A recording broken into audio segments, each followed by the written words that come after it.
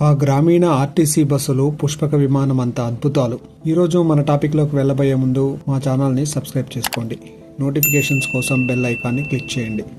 ఇది 1975, 80ల నాటి సంగతి. అప్పట్లో మా ఊళ్ళో బస్టాండ్ ఉండేది కాదు. రోడ్డు పక్కన చెట్టు కింద బస్సు కోసం జనం నిరీక్షిస్తూ ఉండేవారు. దాంతో బస్సు అక్కడ మాత్రమే ఆగేది. అందువల్ల దాన్ని బస్టాండ్ అని భ్రమపడి అందరూ అనడంతో అదే బస్టాండ్ గా చలామణి అయ్యింది. అక్కడ కూర్చోవడానికి బెంచీలు ఉండవు. ఎండలో ఎండాల్సిందే, వానలో తడవాల్సిందే. 2 గంటలకో బస్సు వచ్చేది. 3 ప్రైవేట్ బస్సులుంటే ఒక ఆర్టీసీ బస్సు మాత్రమే ఉండేది. అన్ని ఊళ్లలో బస్సు కోసం ఎదురు చూసే అందరినీ ఎక్కించేవాడు కండక్టర్.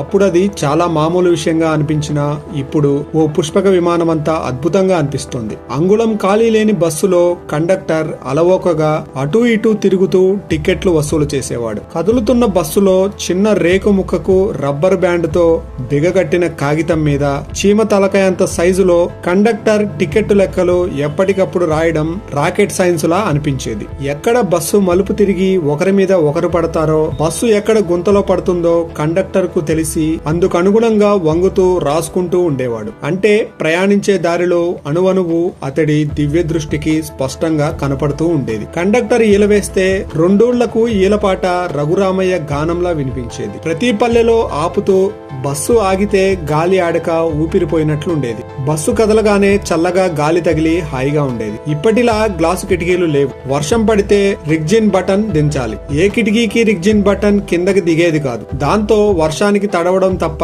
ప్రయాణికులకు మరో మార్గం ఉండేది కాదు. చలికాలంలో కర్చీఫుల్లో టవల్లో చెవులకు చుట్టుకునేవారు తప్ప కిటికీలు మూతపడేవి కాదు. ఊరు దాటగానే మరో ఊరు వచ్చేలోపు టికెట్ కొట్టాలి. కాబట్టి పక్కన ఆపడం ఒక అలవాటుగా ఉండేది. ప్రయాణికులు కూడా విసుక్కుంటూ సహకరించేవారు. బస్సు కిటికీలన్నీ ఎప్పుడు తెరిచే ఉంటాయి కాబట్టి ఆయా ఊళ్లలో దొరికే పూలు, పళ్ళు, కాయలు, సోడాలు, పల్లీలు, బఠానీలను గంపల్లో పెట్టుకుని అమ్ముకునేవారు. బస్సు ఆగగానే సకల వస్తు ప్రపంచం బస్సు చుట్టూ తిరిగేది. పిల్లలు బాగా సన్నగా ఉన్నవారు కిటికీ ద్వారా ఎక్కి కిటికీలో నుండి దిగే సౌలభ్యం కూడా ఉండేది. బస్సు దారి మధ్యలో చెడిపోతే టికెట్ వెనక రాసిచ్చి వేరే బస్సు ఎక్కించేవారు. పల్లెల్లో అయితే కోళ్లు, కుక్కలు కూడా నైట్ హాల్ట్ బస్సుల్లో అలవాటుగా నిద్రపోయేవి. అలా అప్పట్లో 50 మంది పట్టే బస్సులో 150 మంది ఎక్కినా ఏనాడు ప్రమాదం జరగనిది.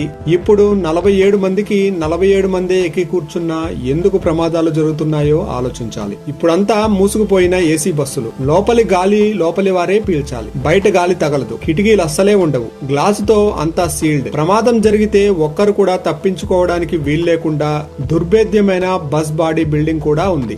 ఎక్కడో యూరప్ లో అక్కడి అద్దం లాంటి అతి నాజూకు రోడ్లకు తయారైన లో లెవెల్ బస్సులు మన దేశ రోడ్ల మీద అలాగే నడుపుతూ ఉంటాం. కదిలే శవపేటికలు అని ఆ ఏసీ స్లీపర్ బస్సులకు వినకూడని పేరు వచ్చినా పట్టించుకోము. చైనా లాంటి దేశాలు ఏనాడో ఈ ఏసీ స్లీపర్ బస్సులను నిషేధించినా మనం భయపడం. 4 వరుసలు 6 వరుసల రహదారులైనా తాగి నడిపే వారిని ఆపలేము. అడ్డొచ్చి పడిపోయే బైకులను, పశువులను అడ్డుకోలేము. గంటకు 130, 150 కిలోమీటర్ల వేగంతో నడిపే హెవీ వెహికల్ డ్రైవర్ కు లైసెన్సే లేకపోయినా మనకేమీ పట్టదు. అది రాజస్థాన్ రోడ్డో, కర్నూలు రోడ్డో, దారి ఏదైనా కాలి బూడిదైనవి అత్యంత విలువైన ప్రాణాలు.